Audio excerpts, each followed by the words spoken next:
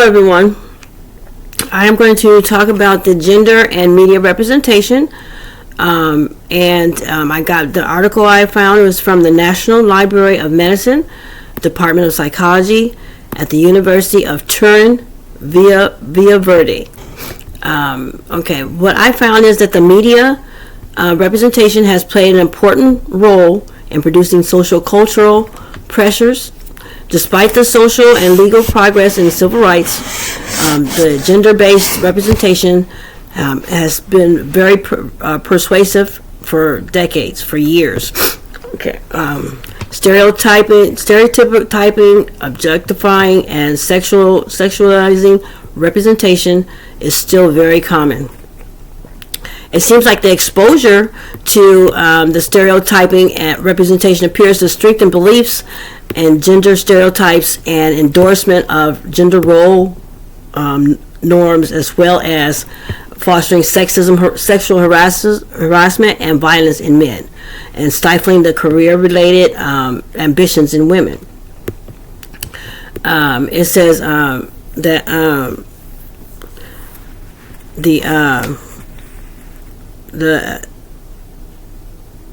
the social control categories, gender-based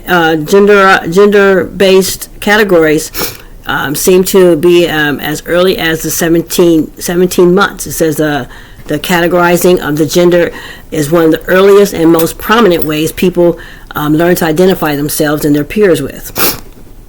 It says, as it goes back to the labels become apparent in as early as 17 months. That's kind of surprising to me. Similarly, the gender-based heuristics inference and the rudimentary what did happen?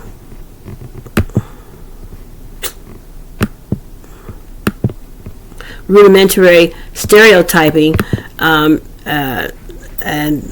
a person starts to begins as early as 3 years old. It says that the process that we learn to actually put ourselves into those categories starts at age 3. That's where we start identifying ourselves or others as men or women, and that starts as early as age 3. That surprised me.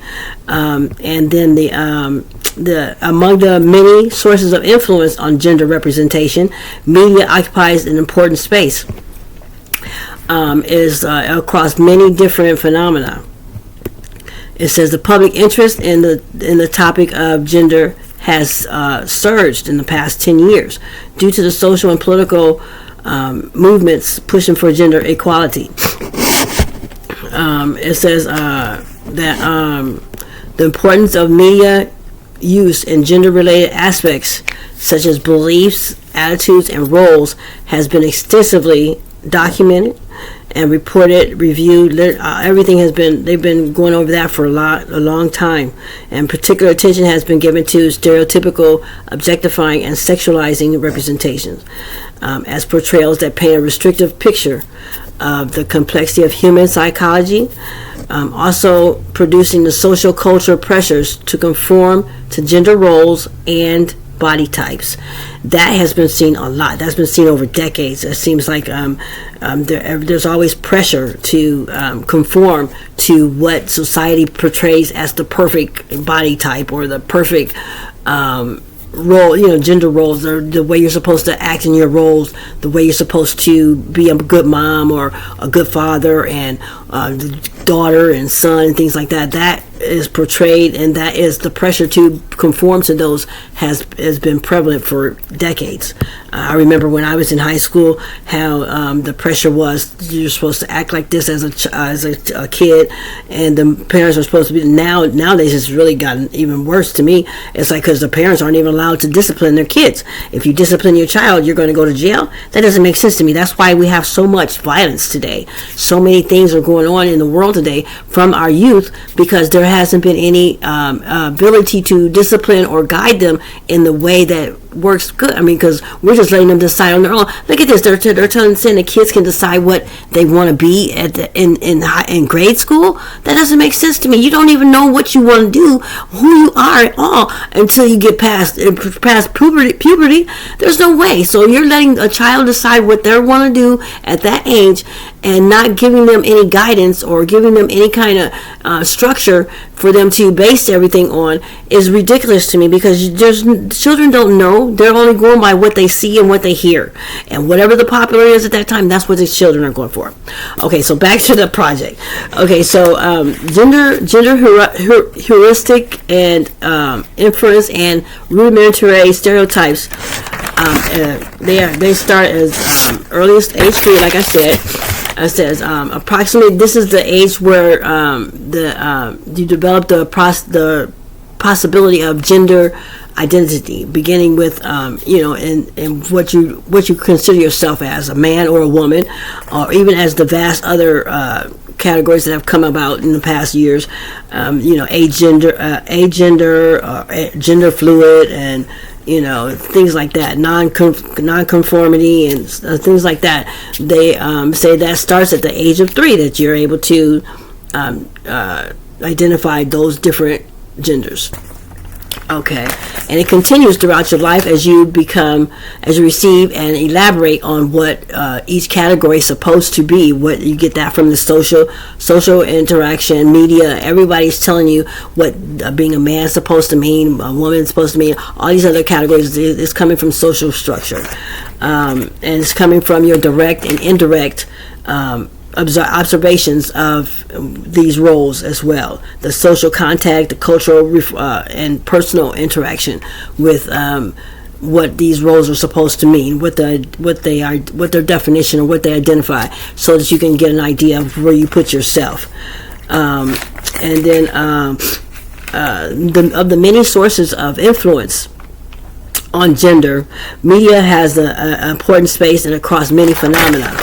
The public interest in gender has surged in the past 10 years due to the public and political movement for gender equality.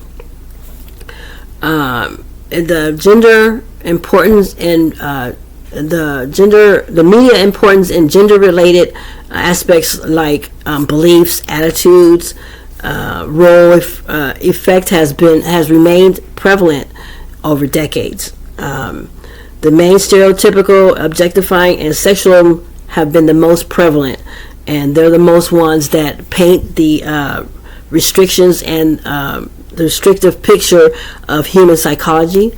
Also, the social cultural pressure to conform and for body types, role to conform, body types, and the different roles that they're supposed to play. And the way we're supposed to behave.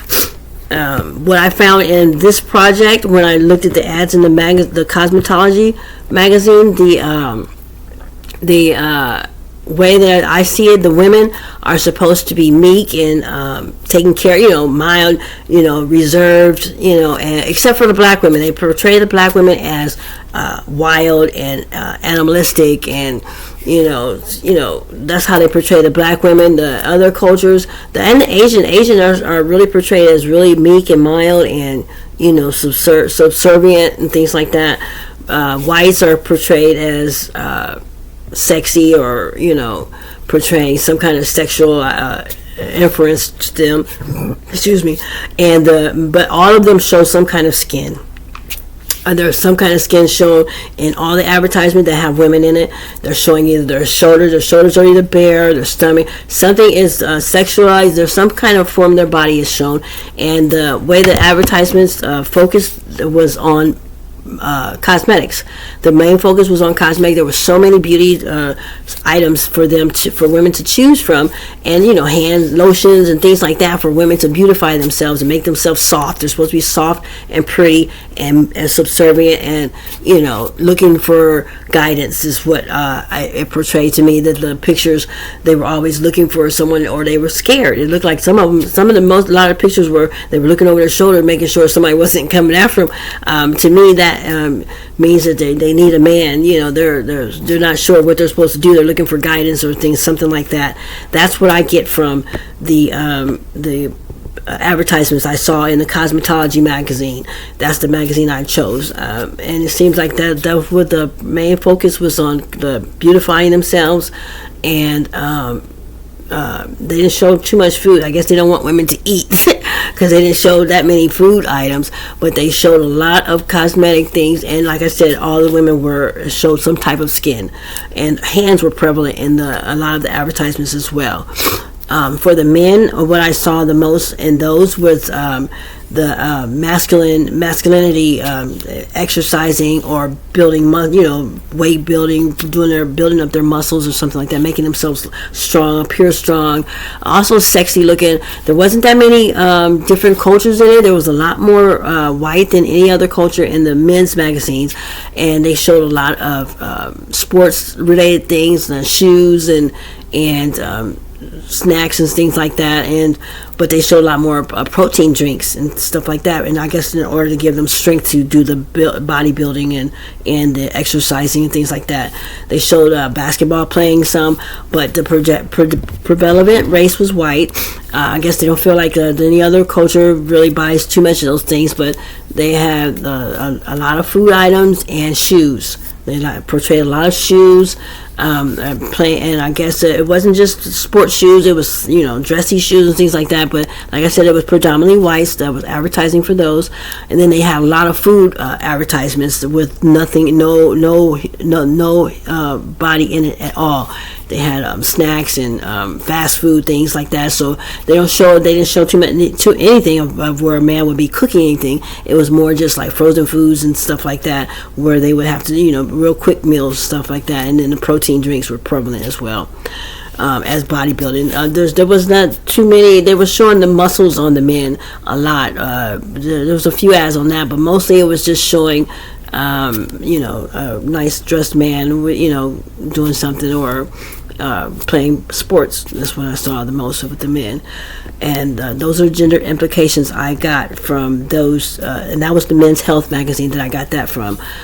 There was the race. As far as the race, it was predominantly white in the men, and it was a mix of white and black in the women's, with some Asian and mixed race thrown in as well. But with the men, it was mostly white. It was like 13, like maybe 95% were men, white men, and then just a few blacks, and then no Asians at all, and then there was a couple mixed as well. So that's what I saw in my magazines, in the magazines I looked at. The article was from the National Library of Medicine and University of Turin, via Verdi. Thank you very much, and have a good day.